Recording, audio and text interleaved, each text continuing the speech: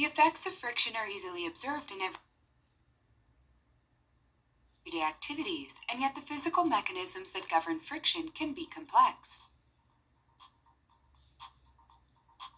Friction is a force that opposes the motion of an object when it is in contact with the surface. At the microscopic level, it is caused by surface roughness of the materials in contact and intermolecular interactions. But one can overcome this force by application of an external force that is equal in magnitude.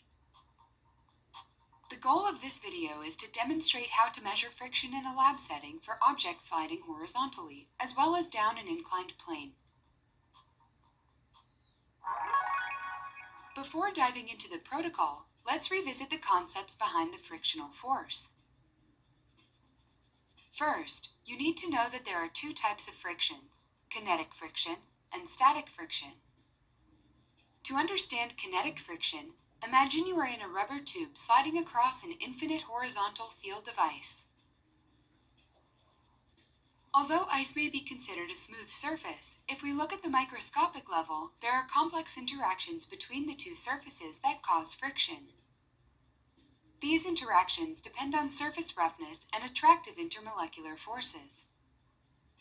The magnitude of this kinetic friction force is equal to the product of the coefficient of kinetic friction, or μk, which depends on the material's surface combination, and the normal force, or F norm, that pushes the object and surface together.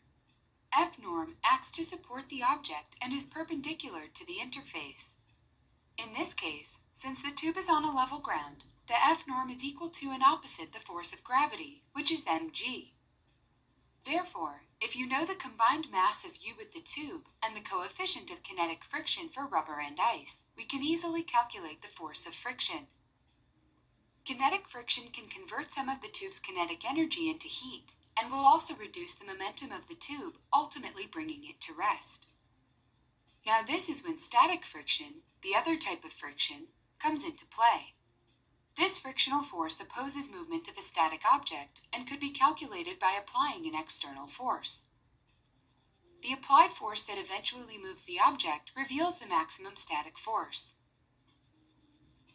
The formula for maximum static force is the same as the one for kinetic friction, but the coefficient of static friction, μs, is typically greater than μk for the same material surface combination.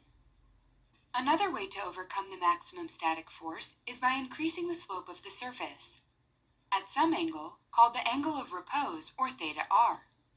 The force pulling down the slope will equal the static friction force, and the tube will begin to slide. This pulling force, which is the sine of the angle of repose times the force of gravity, equals the maximum static force, which is μs, times product of m, g, and cosine of theta r.